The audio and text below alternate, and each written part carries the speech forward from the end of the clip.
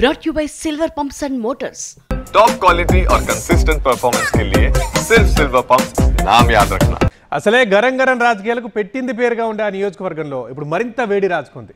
ఇద్దరు మాజీ ఉప ముఖ్యమంత్రుల మధ్య నువ్వా నేనా అన్నట్లుగా సాగుతున్న అక్కడి పొలిటికల్ వార్ ఒక్కసారిగా పతాక స్థాయికి చేరుకుంది. ఒకరిదేమో అభివృద్ధి నినాదం, ఇంకొకరిది సానుభూతి స్వరం.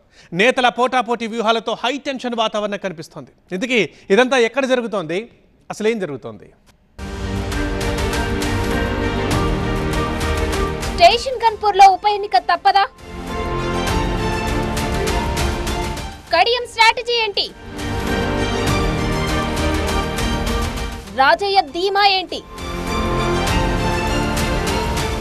అప్పట్లో ఒకే పార్టీలో ఉంటూ కయ్యాలాడుకున్న మాజీ ఉప ముఖ్యమంత్రులు కడియం శ్రీహరి, తాటికొండ రాజయ్య ఇప్పుడు వేరువేరు వేదికల నుంచి అమీతుమికి సిద్ధమవుతున్నారు. స్టేషన్ కన్పూర్లో వరుస విజయాలు సాధించిన రాజయ్యను కాదని బీఆర్ఎస్ హైకమాండ్ 2023లో కడియం శ్రీహరికి ఎమ్మెల్యే టికెట్ ఇచ్చింది. ఆయనేమో గెలిచాక అధికార పార్టీ కాంగ్రెస్ వైపు వెళ్లిపోయారు. దీంతో పార్టీ అధిష్టానం సూచనతో అప్పటిదాకా కడియంతో కలిసి పనిచేసిన రాజయ్య మరోసారి ఆయనకు అపోనెంట్ గా మారిపోయారు. అయితే శ్రీహరి పార్టీ ఫిరాయింపుపై సుప్రీంకోర్టులో కేసు పెండింగ్ లో ఉండడంతో ఎప్పుడేం జరుగుతుందోనన్న ఆసక్తి స్థానిక రాజకీయాల్లో ఏర్పడింది. పలు వాయిదాల్లో సుప్రీంకోర్టు కీలక వ్యాఖ్యలు, ఇటీవల వరంగల్ పర్యటనలో సీఎం రేవంత్ వ్యాఖ్యలు గమనిస్తే స్టేషన్ కన్పూర్ లో ఉప ఎన్నిక వచ్చే సూచనలు కనిపిస్తున్నాయి. దీంతో అటు కాంగ్రెస్, ఇటు బీఆర్ఎస్ వరుస కార్యక్రమాలతో కార్యకర్తల్ని అలర్ట్ చేసేందుకు, ప్రజల్ని ఆకర్షించేందుకు ప్రయత్నం చేస్తున్నాయి. గతంలో ఎన్నడూ లేని విధంగా అధికార ప్రతిపక్ష పార్టీల హడావిడి కనిపిస్తోంది ఇక్కడ. తాజాగా ముఖ్యమంత్రిని తీసుకొచ్చి నియోజకవర్గంలో 100 కోట్ల విలువైన అభివృద్ధి పనులకు శంకుస్థాపనలు, ప్రారంభోత్సవాలు చేయించిన శ్రీహరి దూకుడుగా ముందుకెళ్తుండడం ఎన్నికల స్ట్రాటజీలో భాగమేనన్న ముచ్చట వినిపిస్తోంది. నియోజకవర్గాల ప్రజలపై సీఎం వరాల జిల్లు కురిపించడం చూస్తుంటే త్వరలోనే ఇక్కడ ఉప ఎన్నిక తప్పదనే అభిప్రాయం రాజకీయ వర్గాల్లో వ్యక్తమవుతుంది. ముఖ్యమంత్రి అలా వచ్చి వెళ్లారో లేదో ఆ వెంటనే ఇద్దరు మంత్రులు ఆగమేఘాల మీద వచ్చి దేవాదుల 3వ దశ పనులకు శ్రీకారం చుట్టారు.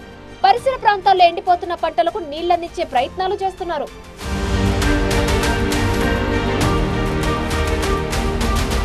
కాంగ్రెస్ నుంచి కడియం అభివృద్ధి కార్యక్రమాలతో స్ట్రాటజీగా ముందుకెళ్తుంటే అటు ప్రతిపక్ష బీఆర్ఎస్ పార్టీ సైతం అంతే దూకుడుగా ముందుకెళ్తుంది. దమ్ముంటే రాజీనామా చేయాలంటూ శ్రీహరికి సవాల్ విసురుతున్నారు మాజీ మంత్రి రాజయ్య.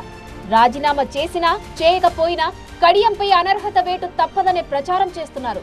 ఆ మాజీ డిప్యూటీని ఈ మాజీ డిప్యూటీ రెచ్చగొట్టి మరీ రాజీనామా చేసేలా వ్యవహరిస్తున్నారనే టాక్ వినిపిస్తుంది.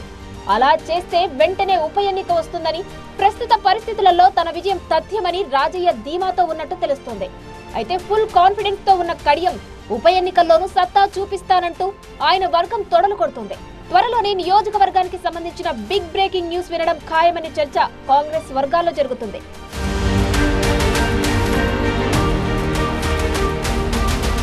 బీఆర్ఎస్ నుంచి గెలిచి కాంగ్రెస్ వైపు వెళ్లినప్పటికీ ఎంపీ ఎన్నికల్లో ఎలాంటి వ్యతిరేకత లేకుండా తన కూతురు కావ్యను గెలిపించుకోగలిగారు కడియం శ్రీహరి.